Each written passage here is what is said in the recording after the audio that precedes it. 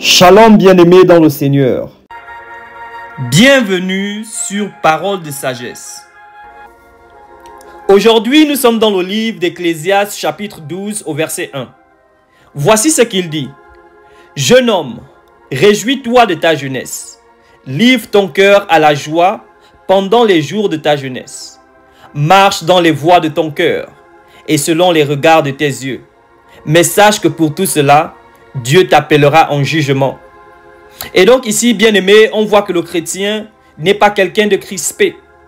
Vous savez, quand je venais à peine de me convertir, je pensais que le chrétien, c'était juste aller à l'église, aller à l'école et rester à la maison. Mais quand on regarde la parole de Dieu, ce n'est pas le cas. On voit ici un chrétien qui sait s'épanouir.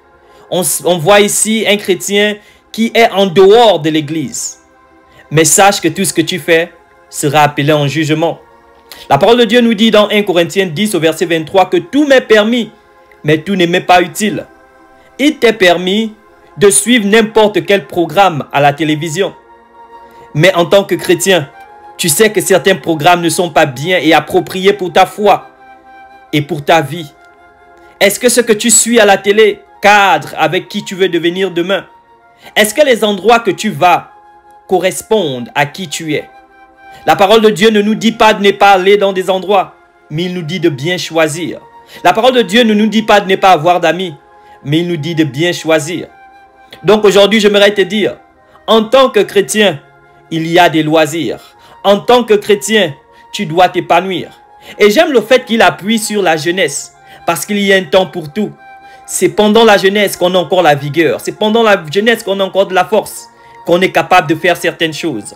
Réjouis-toi tant que tu peux, mais sache que tu seras appelé en jugement. Donc aujourd'hui, je voulais t'encourager.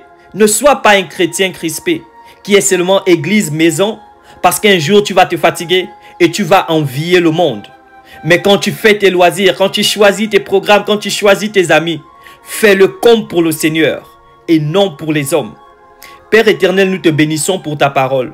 Merci de nous donner la sagesse afin que nous puissions discerner ce qui vient de toi et ce qui ne vient pas de toi. Nous voulons jouir de notre jeunesse, mais avec sagesse.